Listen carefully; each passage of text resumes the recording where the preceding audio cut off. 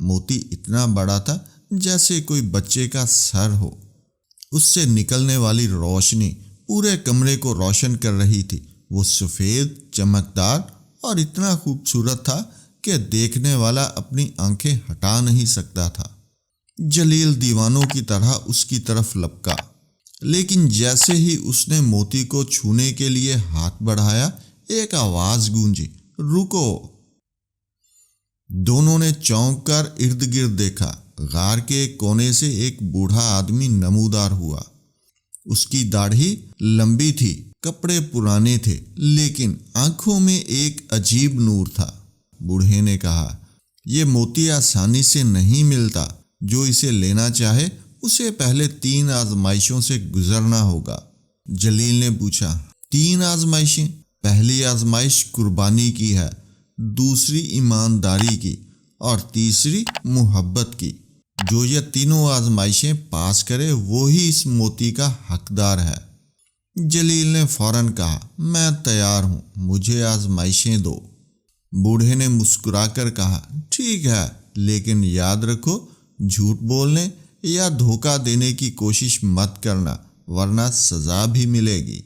بوڑھا انہیں غار کے دوسرے حصے میں لے گیا۔ وہاں ایک بڑا دروازہ تھا جس پر سنہری حروف میں لکھا تھا، پہلی آزمائش قربانی۔ دروازہ کھلا تو اندر ایک چھوٹا سا کمرہ تھا۔ کمرے کے بیچ میں 2 پیالے رکھے تھے، ایک سونے کا پیالہ جو قیمتی جواہرات سے بھرا تھا، اور دوسرا مٹی کا پیالہ جس میں صرف صاف پانی تھا۔ بوڑھے نے کہا، تم میں سے ہر ایک کو ایک پیالہ چننا ہوگا، لیکن یاد رکھو، جو کچھ تم چنو گے وہ تمہاری اصلیت ظاہر کرے گا۔ جلیل کی آنکھیں جواہرات دیکھ کر چمک اٹھیں۔ اس نے بغیر سوچے سمجھے سونے کا پیالہ اٹھا لیا اور خوشی سے کہا، میں یہ لیتا ہوں۔ کریم نے مٹی کے پیالے کی طرف دیکھا اور آہستہ سے اسے اٹھایا۔ اس نے صاف پانی کو دیکھا اور اس میں اپنا عکس نظر آیا۔ وہ مسکرایا۔ بوڑھے نے سر ہلایا اور کہا، پہلی آزمائش مکمل ہوئی، اب دوسری آزمائش ہے۔ وہ انہیں ایک اور کمرے میں لے گیا۔ دروازے پر لکھا تھا، دوسری آزمائش ایمانداری۔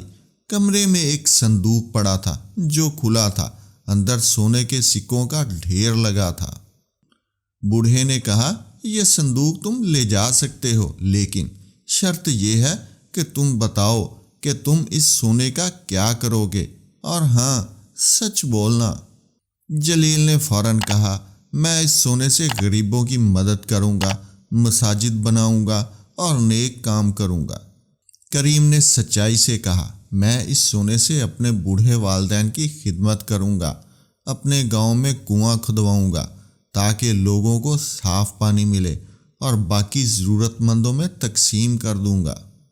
بوڑھے نے کریم کو دیکھا اور مسکرایا، پھر جلیل کی طرف دیکھا اور اس کی آنکھوں میں جھانک کر کہا، کیا تم سچ بول رہے ہو؟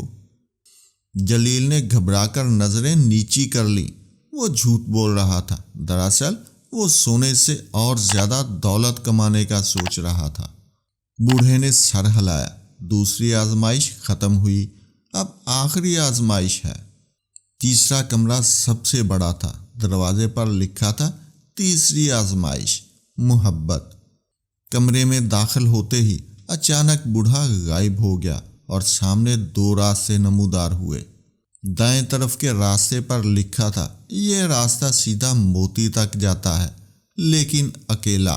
بائیں طرف کے راستے پر لکھا تھا، یہ راستہ واپسی کا ہے، لیکن دونوں ساتھ۔ جلیل نے فوراً دائیں طرف والا راستہ پکڑ لیا اور کریم سے کہا، تم واپس چلے جاؤ، میں موتی لے کر آتا ہوں۔ کریم نے حیرت سے کہا، لیکن جلیل، ہم دوست ہیں، ہم نے ساتھ سفر کیا۔ جلیل نے سختی سے کہا، دوستی اور موتی دونوں نہیں چل سکتے، اور آگے بڑھ گیا۔ کریم نے افسوس سے سر ہلایا اور بائیں طرف والے راستے پر چل پڑا۔ جلیل جیسے جیسے آگے بڑھتا گیا، راستہ تنگ اور تاریک ہوتا گیا۔ اچانک اس کے سامنے موتی نمودار ہوا۔ وہ چبوترے پر چمک رہا تھا۔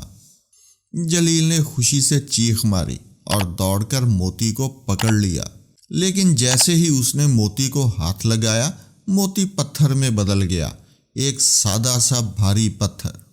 جلیل نے غصے میں اسے پھینک دیا اور چلایا، یہ کیا دھوکہ ہے۔ تبھی بوڑھا پھر نمودار ہوا، اس کی آواز میں افسوس تھا۔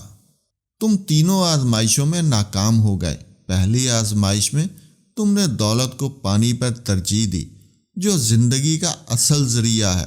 دوسری میں تم نے جھوٹ بولا، اور تیسری میں تم نے دوستی کو دولت کے لیے قربان کر دیا۔ لیکن موتی کہاں ہے؟ جلیل نے رونے کی سی آواز میں پوچھا۔ بوڑھے نے کہا، موتی کبھی یہاں تھا ہی نہیں۔ اصل موتی تو انسان کا نیک دل ہے، اس کی سچائی ہے اور اس کی قربانی ہے۔ یہ چیزیں تمہارے پاس نہیں تھیں، اس لیے تم اس آزمائش میں ناکام ہو گئے۔ جلیل کو بہت افسوس ہوا، اسے اپنی غلطی کا احساس ہوا، لیکن اب بہت دیر ہو چکی تھی۔ دوسری طرف کریم جب واپسی کے راستے پر چلا تو اسے راستے میں ایک زخمی پرندہ ملا۔ اس نے اسے اٹھایا، اپنے پانی سے اسے پلایا اور اس کے زخم پر کپڑا باندھا۔ پرندہ ٹھیک ہو کر اڑ گیا، لیکن کچھ دیر بعد واپس آیا اور اپنی چونچ میں کچھ لے کر آیا۔ یہ ایک چھوٹا سا سفید موتی تھا، چھوٹا لیکن بہت خوبصورت اور حقیقی۔ کریم نے حیرت سے پرندے کو دیکھا اور موتی لے لیا۔ پرندہ مسکرایا، ہاں وہ مسکرایا اور کہا، یہ تمہاری نیک دلی کا صلہ ہے۔ پھر پرندہ اڑ گیا اور کریم جزیرے سے واپس اپنی کشتی کی طرف چل پڑا۔ جب کریم کشتی پر پہنچا، وہاں جلیل پہلے سے بیٹھا تھا۔ اس کا چہرہ اداس تھا، آنکھوں میں آنسو تھے۔ کریم مجھے معاف کر دو، جلیل نے رو کر کہا، میں نے تمہارے ساتھ بہت برا کیا۔ میں لالچی تھا، جھوٹا تھا اور بری دوستی کی۔ کریم نے اسے گلے لگایا اور کہا، دوست ہم ساتھ آئے تھے اور ساتھ واپس جائیں گے۔ موتی سے بڑی چیز ہماری دوستی ہے۔ دونوں واپس گھر کی طرف روانہ ہوئے۔ راستے میں کریم نے وہ چھوٹا موتی جلیل کو دکھایا اور کہا، یہ ہماری مشترکہ دولت ہے۔ جلیل نے کہا، نہیں کریم، یہ تمہاری نیکی کا صلہ ہے، میں اس کا حقدار نہیں ہوں۔ لیکن کریم نے اصرار کیا اور انہوں نے موتی کو بیچ کر پیسے دونوں گاؤں والوں میں تقسیم کر دیے، کنویں کھدوائے، غریبوں کی مدد کی اور ضرورت مندوں کو کھانا کھلایا۔ جلیل نے اپنی زندگی بدل ڈالی۔ اس نے لالچ چھوڑ دیا، سچائی اختیار کی اور لوگوں کی مدد کرنے لگا، اور دونوں دوستوں کی دوستی پہلے سے بھی زیادہ مضبوط ہو گئی۔ اس کہانی سے ہمیں یہ سبق ملتا ہے کہ اصلی دولت دل کی نیکی، سچائی، قربانی اور محبت میں ہے، نہ کہ سونے چاندی میں۔